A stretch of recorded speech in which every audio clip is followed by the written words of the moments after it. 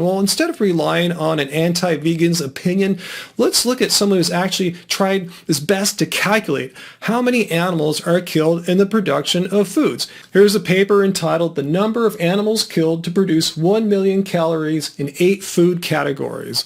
And by the way, if any anti-vegans want to try to debunk this here, the author of this paper was very clear and transparent about what assumptions were made, what formulas were used. So if you're decent at math, have at it. Anyway, once all the calculations were made, it wasn't even close, not by a long shot.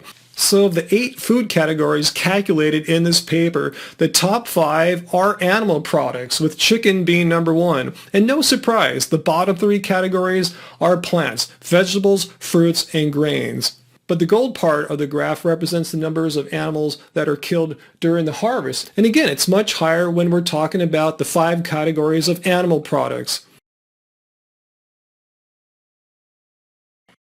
This paper was written by an ethically challenged animal rights activist by the name of Mark Middleton, who went to certain lengths to misrepresent this paper as actual scientific research.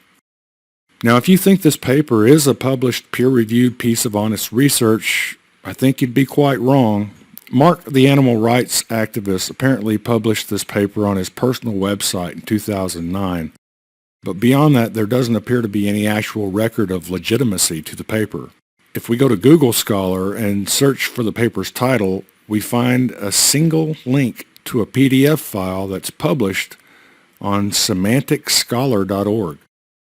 If you're not familiar with semanticscholar.org, it's a website that proclaims to be an academic search engine for scientific articles, but actually it appears that anyone can sign up for an account, label themselves as a researcher, and proceed to upload anything, no matter how unscientific or biased.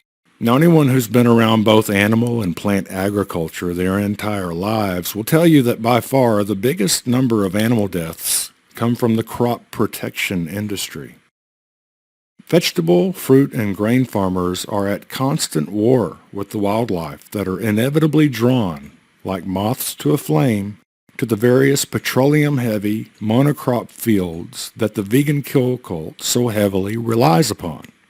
One of the worst things that can happen to an animal in this world is to be labeled a pest by the vegan movement. Slapping the pest label on any given group of sentient beings within the intellectual dishonest lifestyle that is veganism means that animal doesn't matter. It doesn't count, and literally should not be counted. You need to know that this paper does not account for animal deaths and suffering caused by the crop protection industry at all.